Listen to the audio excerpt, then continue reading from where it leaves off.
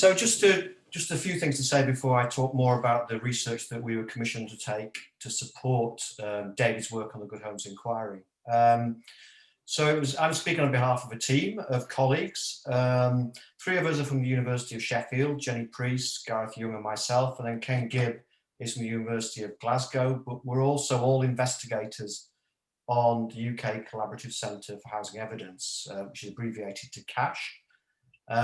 What I'm going to do in the talk, this is a substantial document that's about 200 pages long. I've only got 10 substantive slides to talk it through, so you might get a sense that I'm going to skim across some issues, but hopefully I give you enough of a flavour of what is in the document and the kind of richness of the information that's in there, that you can visit the document on the Centre for Aging Better website, and you can delve into it, because I think one of the things we hope the document will serve as is a compendium of information and evidence that people can utilise. And I'll say a little bit more about that as I go through the presentation.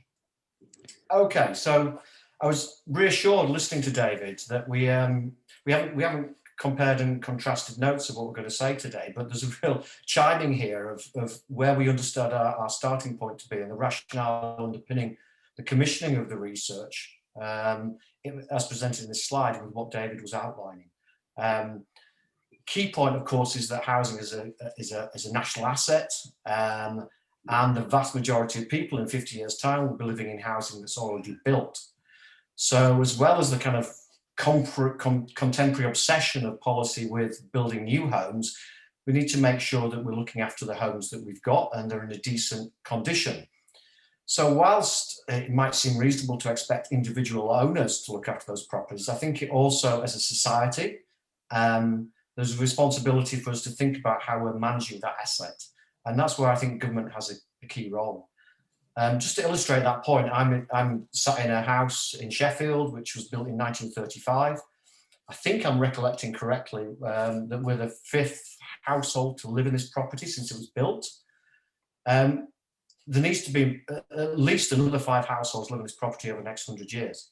We need to make sure this property, and many like it across the country, are maintained so that we have adequate housing to house the population for generations in the future.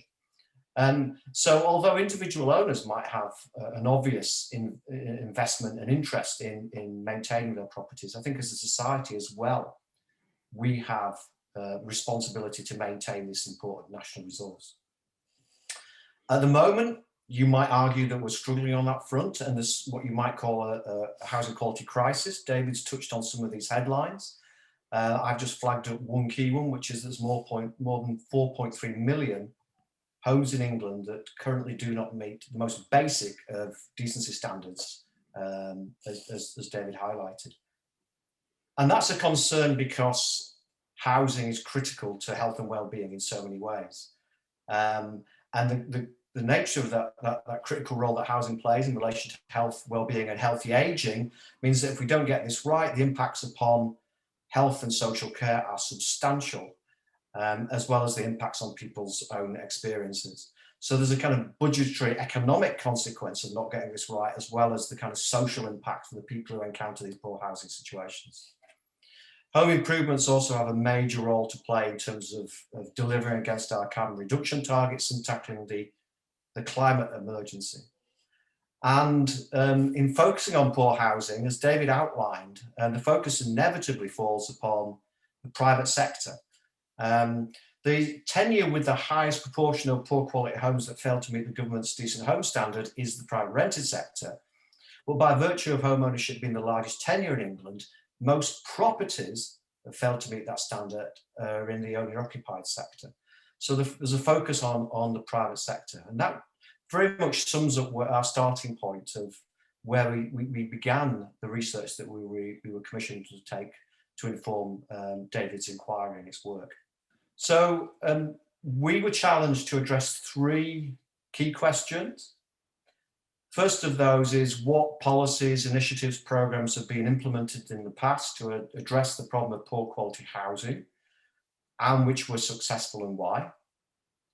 The second question was which policies will be most effective effective in addressing poor quality housing in the present context, within the present housing stock, and also recognising and being realistic and pragmatic about the contemporary political, economic and social situation.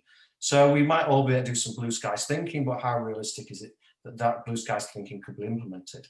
So we were asked to work within the bounds of what's possible in the contemporary context. And then third, we were asked to look at a small number of shortlisted initiatives or policies and reflect upon the costs of delivering those interventions, how they might be paid for and what the potential impact would be. The approach that we took focused on seeking to learn from the past. As most of you on this call will be well aware, there's decades of history of interventions designed to address the problem of poor quality housing. And so our ambition was to kind of review the evidence regarding those previous interventions, see what lessons we could draw from that evidence base, and seek to, rather than reinvent the wheel, seek to realign the wheel to try and ensure that they built on those ideas, but reorientated them to the particular challenges of the contemporary context in which they would be implemented. So it's really sort of building on the shoulders of giants, if you like, in terms of trying to learn from what's gone before, recognise the strengths, learn from the weaknesses, and build on those to develop some interventions which are relevant and appropriate to the contemporary context. We did that through essentially two fundamental tasks. The first was a review of the evidence from over the last 40 years across a whole range of interventions delivered by different sectors to address different quality issues using different means and mechanisms and funding regimes.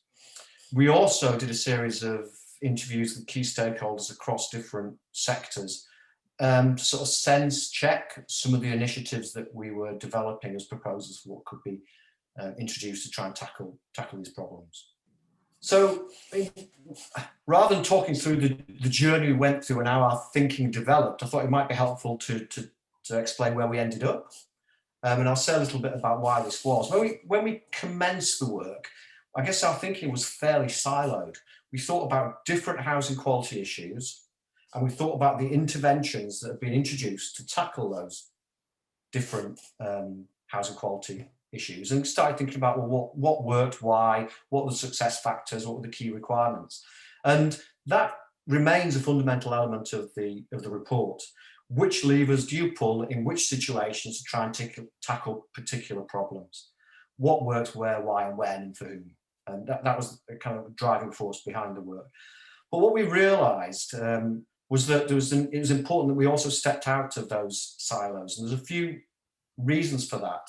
I think one was a pragmatic driver, which is that when you actually started looking at the evidence base around initiatives that have been actioned over the last 40 years, it wasn't always as robust as one would have hoped. There might be sometimes a description about the kind of intervention that was actioned, but it wasn't necessarily always rigorously evaluated. So what we had to do was try and piece together lessons from different initiatives and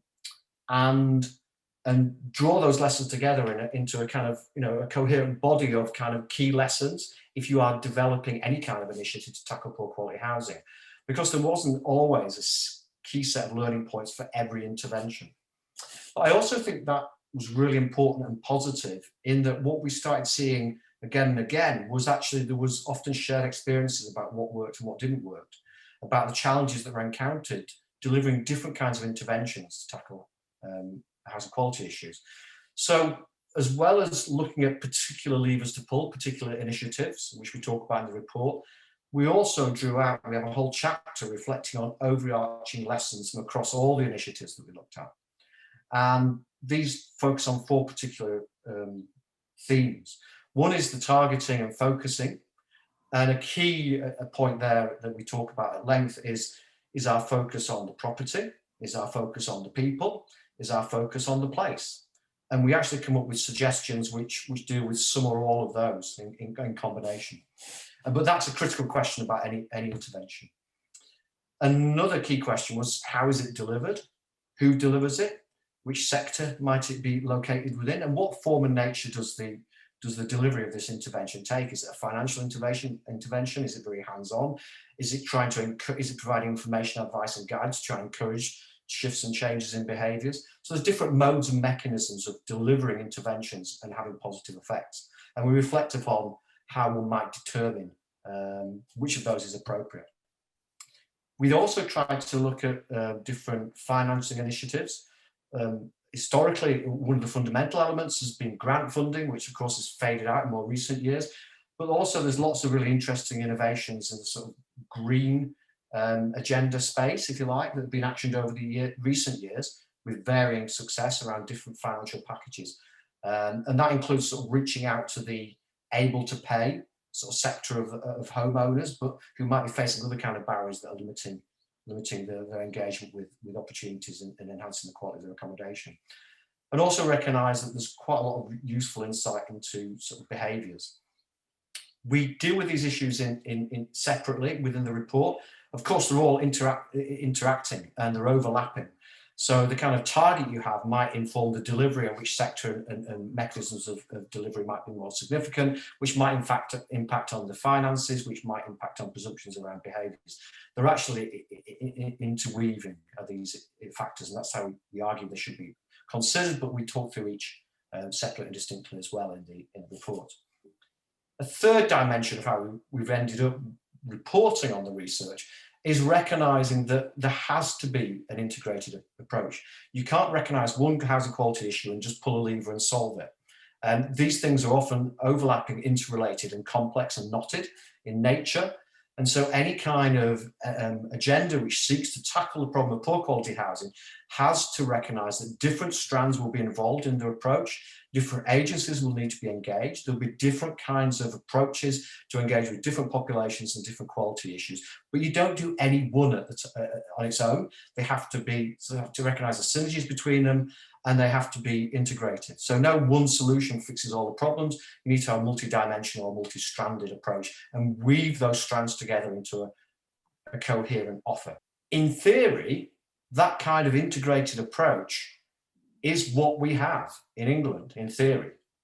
And what this diagram tries to do is just summarise, and I know it's not comprehensive, and a particular question might be raised about to what extent are we adequately recognising the role of health and social care, but it's a kind of a schema that just tries to capture the essence of what we already have. And we do have a framework for housing improvement in England. Central government sets out a legal and regulatory framework. There is funding. We'll come on to what's happened to that funding in recent years, but there are funding streams and mechanisms that focus on housing quality issues. Standards are set at the national level. So central government plays a role. Local government has, within that hierarchy, has a set of responsibilities to enforce standards that are set by national government. It licenses and regulates. It targets available resources at local needs, which it has a legal duty to understand and respond to in the context of housing quality. And then local government often works in very close partnership with other agencies, which are at the kind of coalface, if you like, of local issues and challenges that people in an area are facing, and often providing information, advice and guidance, a central point where available resources are corralled into some kind of coherent offer, and often providing hands-on services, and, for example, handy person services or renewal improvements, adaptation services and such like. So this is, in theory, the framework that currently exists in England. But if you just press one button, Paul, yeah. The point, of course, is this is in a state of disrepair.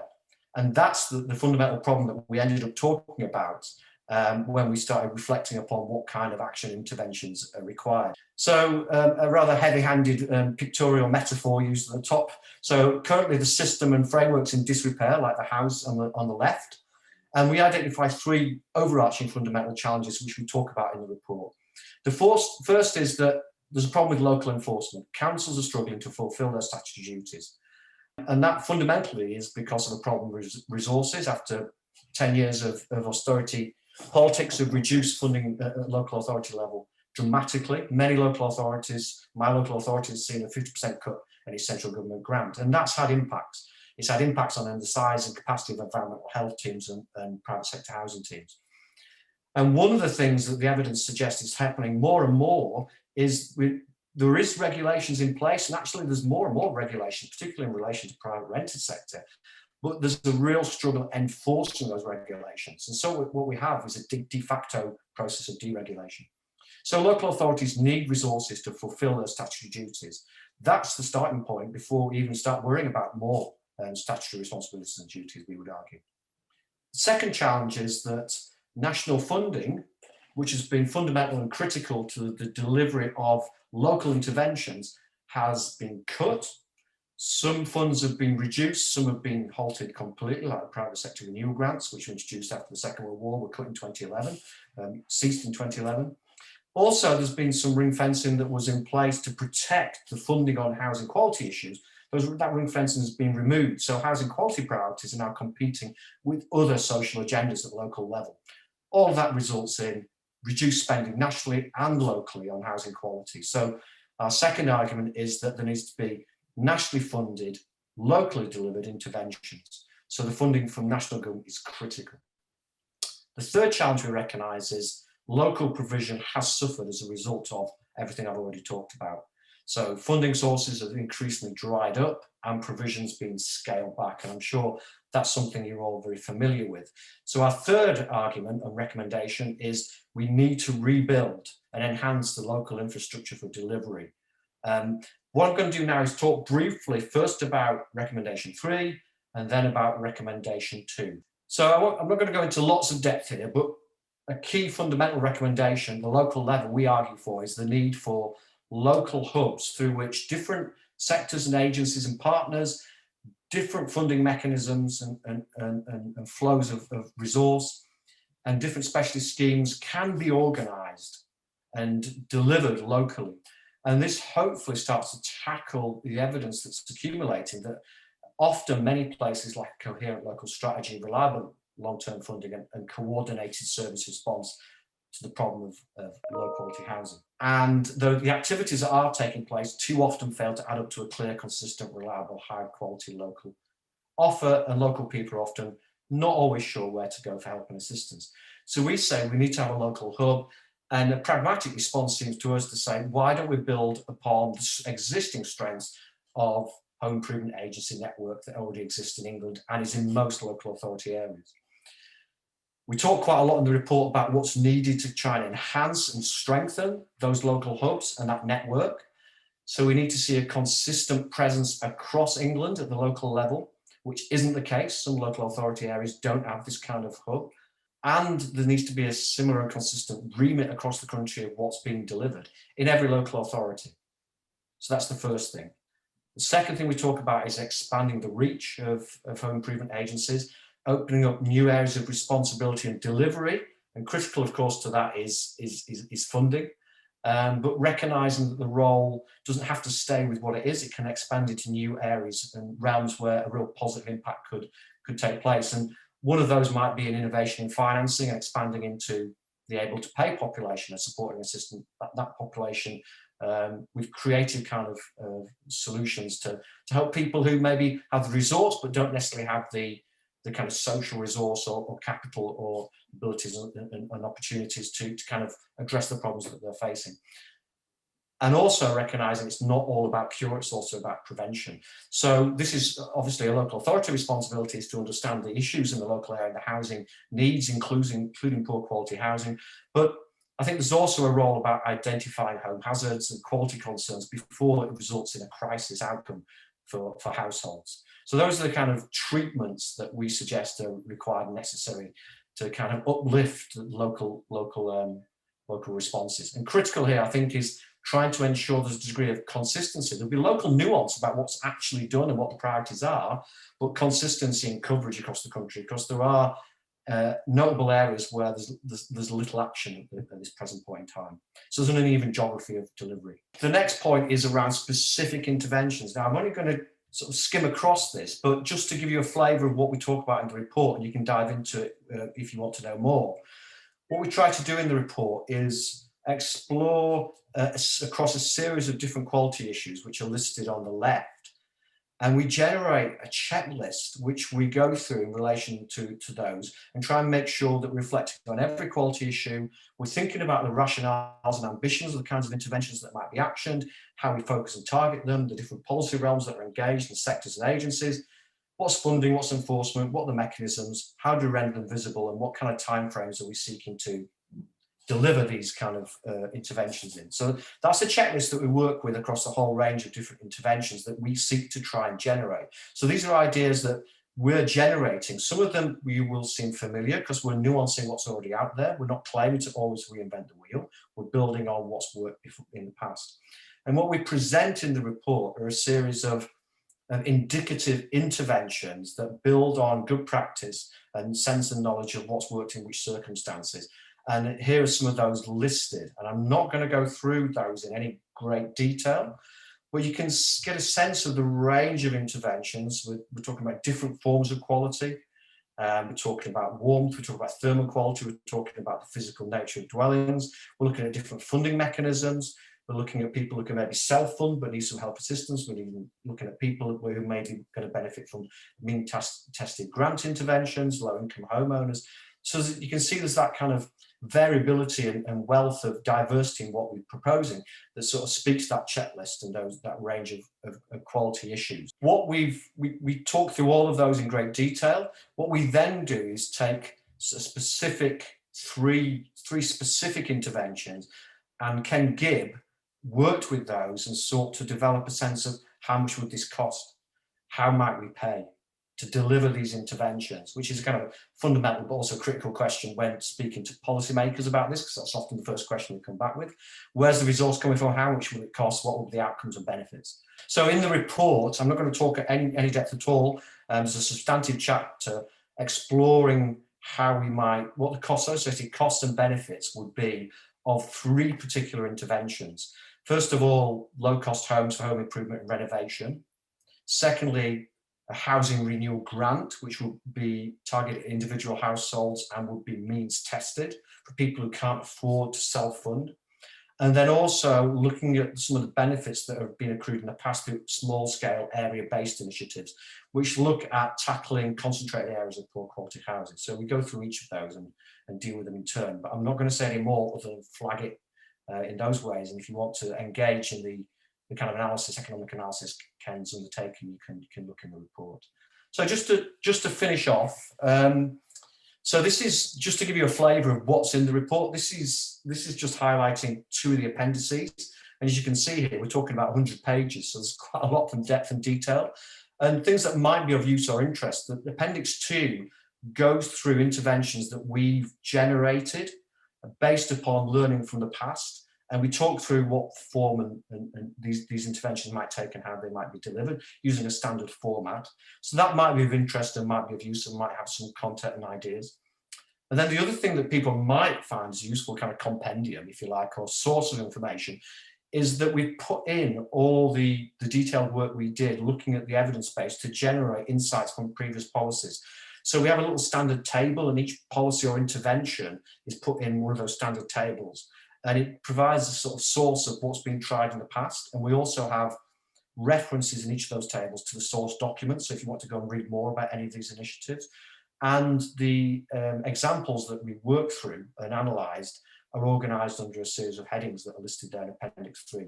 So hopefully quite a rich resource that we want people to engage with and use. We're not arguing that necessarily that it's fully exhaustive, but there's an awful lot of information and insight there, which hopefully yourselves and others will find useful. And then finally, just to finish off, next slide, please, Paul.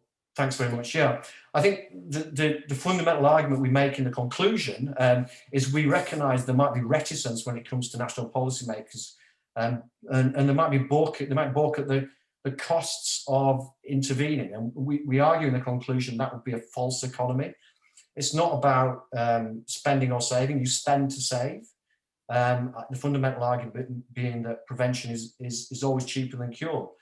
The interventions to deal with the problems of housing quality are always going to be far cheaper than the interventions to deal with the consequences, for example, in terms of the impacts on health and social care budgets of the problems that arise in wider society as a result. And that's the strong conclusion that we assert at the end of the report. And I will pause there. Thanks very much, Paul, for following the slides for me. Great, thank you, David. There's a few comments starting to come through on the chat. I guess it's probably kind of split between people who have joined the sector in the last 10 years and probably weren't aware of any of the kind of previous renovation grants and interventions that came, I guess, kind of in the 90s and early 2000s, and then people who kind of worked through that and felt it was very successful. So kind of Paul Howard was commenting that this was very successful a few years back until the funding was withdrawn. I guess kind of, Dave, was that the kind of general outcome of your research, that many of the interventions kind of from the 90s and early 2000s were generally successful and kind of achieved the objectives? Yeah, well, yeah, yes and no. I mean, the problem is yes and don't know. Our sense is that, you know, I think, who was it who said it in the chat? I'm just looking at the chat. I wasn't following it. Apologies. Howard says, and reinstate private sector renewal grants. Yeah, I mean, we understood the politics of scrapping private sector renewal grants, but it seemed a somewhat bizarre step to take, given the benefits that have flowed from that initiative from sort of 1945 onwards. The don't know element is that actually very, very few of the previous interventions that have been actioned have been subject to rigorous evaluation. So the sense is that various things have been positive, and I'm sure many of the people on the call will point to interventions that previously took place and argue that they were hugely positive. Rigorous evaluation of were they positive, what were the outcomes and outputs, and why were they positive is often lacking. And that's maybe a learning point for going forward, that if we do get into a position where any of David Orr's inquiries, recommendations are acted upon, let's make sure that we actually evaluate. Let's make sure that we actively learn and understand what works and why, because at the moment we really struggle to piece that together. Certainly talking to stakeholders who are a bit longer in the tooth and worked in the sector for many more years, there was a real sense of what had worked and why it had worked. You know, but that was often on the ground frontline experience in a local area, and you know, we need a little bit more than that. But there's also that kind of institutional knowledge being lost. Is that many of the people who had a sense of why in some local areas, like home improvement, you know, areas or general improvement areas in the 70s and 80s, worked or didn't work. There's mixed stories about those. Those people are retiring. We're losing that knowledge and insight. So I'm not sure how clearly I've answered your question, but there's some convincing arguments for some interventions, others there isn't, but that doesn't mean they weren't positive interventions. It just means there's a rigorous evaluative. Yeah, absolutely. And Martin was asking, in terms of an equity loan model, your kind of thoughts on whether it can be sufficiently nuanced to reflect housing markets across the country. So not just kind of London and the South East, where there's obviously lots more equity than there are in other areas. Yeah, now one of the things I'd be interested to hear from David, and I'm sure he'll touch on this talking about his recommendations, is that I certainly would absolutely agree that the interventions have to be a portfolio which speaks to the distinct housing market conditions. So I'm very aware of this, having done a lot of work in the South Yorkshire area, where I remember doing some work in Doncaster, where there's large levels of home ownership, and the vast majority of older people in Doncaster are homeowners. A lot of them in former National Coal properties, which don't have a high level of value, and the equity that people are able to release is very low. So you need to have a portfolio of options that speak to those kind of people in those situations, as well as people who might be in very high value housing markets. And it's like a menu of options which can be pulled out, and a different selection is actioned in different local contexts. And that's where the local hub becomes so key, because it's that local intelligence and understanding of both the quality issues, but also the relevance of appropriate mechanisms to that context is fundamental. So I don't think it's an either or. Yeah. And that as one intervention will be valuable in some locations, but there might be housing market contexts where it won't. What's the alternative? That's the key question, I think. Yeah, I think with all these things, there's no magic bullet. There's kind of a range of things that you need to make it successful. No, at that point, David, Orr, do you want to come back in and round off your recommendations in terms of the rest of the report? That would be great, Paul. Yeah, thanks very much, and thanks, David, for that. It was a great piece of research. that CaCHE carried out. And I mean, I know that 160 odd pages is a bit of an ask, but there's good executive summary. It is well worth having a look at the whole report, though. There is a lot of really good stuff in it.